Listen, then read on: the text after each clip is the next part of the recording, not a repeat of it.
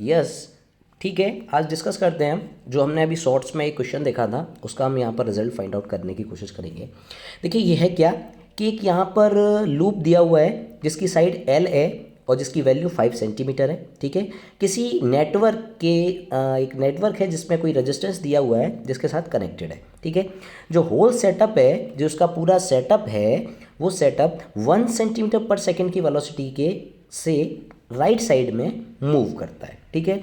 और ये जो आपको एल साइड का ये जो है आपको यहाँ पर एल साइड का ये जो है आपको लूप दिया हुआ है, इस लूप का रेजिस्टेंस कितना है 1.7 ओम है।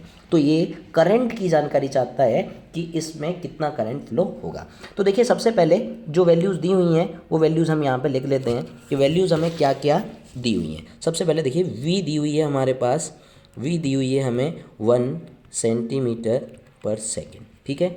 इसके बाद मैग्नेटिक फील्ड बी दिया हुआ है आपका 1 टेस्ला, ठीक है। इसके बाद देखें ज़रा तो एल दिया हुआ है, लेंथ उसकी एक साइड की जो दी हुई है वो दी हुई है 5 सेंटीमीटर, ठीक है। अब बात करते हैं कि जब ये लूप जो है इस मैग्नेटिक फील्ड के परपेंडिकुलर मूव कर रहा होगा तो इस सर्किट में एक इंड्यूस्ड ईएमएफ जनरेट होगा। तो उस इंड्यूस्ड ईएमएफ की वैल्यू क्या होगी? वो इंड्यूस्ड ईएमएफ होगा क्या? इंड्यूस्ड ईएमएफ क्या होगा? उस इंड्यूस्ड ईएमएफ का मान होगा E=VLV साइन थीटा, ठीक है। साइन थीटा की बात करें तो आप देख सकते हैं जो मैग्नेटिक फील्ड है वो परपेंडिकुलर है, then I can say that very easily θ=90 degree. तो value of E is VVLV, ठीक है। इसको हम एक इक्वेशन मान लेते हैं, ठीक है। अब आप देख सकते हैं कि अगर हम इस नेटवर्क की बात करें, इस रेजिस्टेंस वाले नेटवर्क की बात करें, तो यहाँ पर आप देख रहे हैं कि एक साइड में 1 और 1 है, एक साइड में 2 और 2 है। तो अगर आप देखें इसको, अगर मैं यहाँ पर ड्रॉ कर लूँ तो देखो ये यहाँ पर ये P/Q और R/S के लॉ को फॉलो करता है, यानी व्हीटस्टोन ब्रिज हमारा बनता है यहाँ पर और वो सेटिस्फाई होता है, ठीक है। तो यहाँ पर जब व्हीटस्टोन ब्रिज सेटिस्फाई होगा तो सेटिस्फाई की कंडीशन में जो 3 ओम वाला रेजिस्टेंस है बीच वाला, देख सकते हैं ये 3 ओम वाला रेजिस्टेंस है, इसमें कोई भी करंट फ्लो नहीं होगा बिकॉज ये ओपन सर्किट हो जाएगा, ठीक है। तो किस तरीके का स्ट्रक्चर बच जाएगा? देखिए मैं यहाँ पर बना देता हूँ, एक यहाँ पर, एक ये, एक ये, एक ये, ठीक है। तो यहाँ पर देख सकते हैं ये 1 ओम है, ये भी 1 ओम है, ये 2 ओम है, ये भी 2 ओम है। तो अगर मैं यहाँ पर इक्विवेलेंट रेजिस्टेंस की बात कर लूँ तो आप यहाँ पर देख सकते हो ये टोटल कितनी हो गई? 4 ओम हो गई, ठीक है। और ये वाली टोटल कितनी हो गई? ये वो तो वाली 2 ओम हो गई। तो अगर मैं यहाँ पर आर इक्विवेलेंट अगर देखूँ यहाँ पर तो आप ये देख सकते हो, क्योंकि ये पैरेलल कॉम्बिनेशन बन जाएगा, तो पैरेलल कॉम्बिनेशन के लिए आप लगाएंगे 2 × 4 अपॉन 2 + 4। तो यहाँ पर आंसर क्या हो जाएगा? ये 8 हो गया और ये 6 हो गया, दैट इज़ 4/3। अभी ये जो रेजिस्टेंस हमने फाइंड आउट किया है, ये रेजिस्टेंस सिर्फ इस नेटवर्क का है, ठीक है, जो कि यहाँ पर आपको दिख रहा है, ये देखिए ये वाले इसका, ठीक है। अभी हमारे पास इस क्वेश्चन में ऑलरेडी दिया है कि जो लूप जो एल है, इस लूप का भी अपना रेजिस्टेंस है। तो टोटल रेजिस्टेंस फाइंड आउट करते हैं इस पूरे में कितनी होती है। तो आइए मैं एक न्यू पेज ले लेता हूँ, देखिए ज़रा। तो यहाँ पर मैं बात करता हूँ आर टोटल की।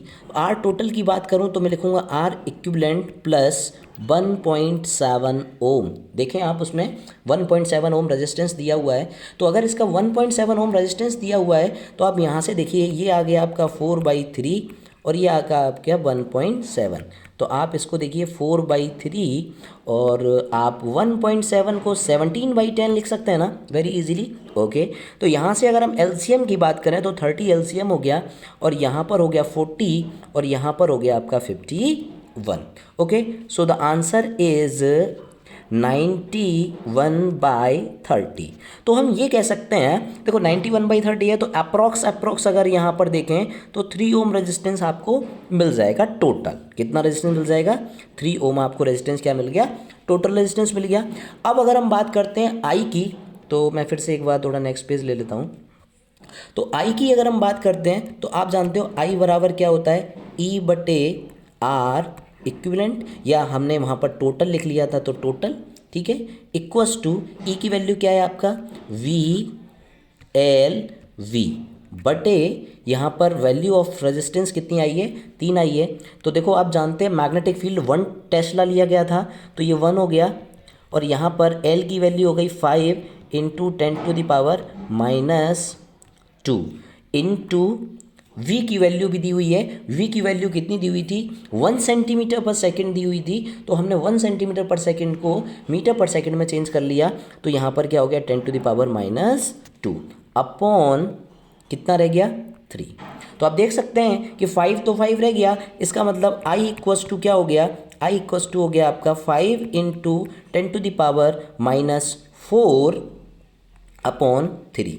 तो आप इसको आगे सॉल्व करेंगे तो मान आएगा 1.67 इंटू 10⁻⁻4 एम्पियर, ठीक है।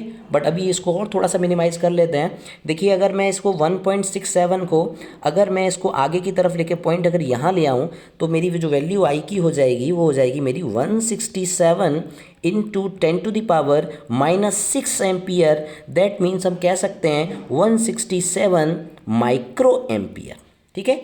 10⁻6 के लिए हमने क्या ले लिया है, माइक्रो एम्पियर, ठीक है। तो 167 माइक्रो एम्पियर। तो अब हम देखते हैं आंसर में हमारा कोई मैच करता है क्या, आइए देखते हैं।